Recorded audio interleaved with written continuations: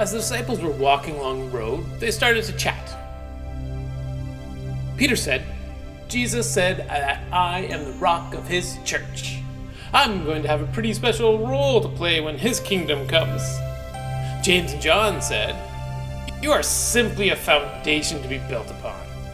We are men of influence and leadership. Jesus will need our connections when his kingdom is established." But Matthew jumped in, and he said, "Jesus said that the last will be first. I'm a reformed tax collector because Jesus called me and saved me."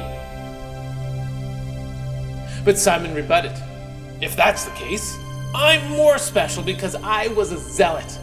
The zealots rioted and murdered people for their cause. Clearly, I have been helped the most by Jesus." And then Judas spoke up, and he pointed out that he has been entrusted with the money. Surely that kind of trust means something. And one by one, the disciples argued back and forth about who would be the most important person in the kingdom of God. And then Jesus walks up to them and asks them what they have been talking about. Suddenly, no one has anything to say.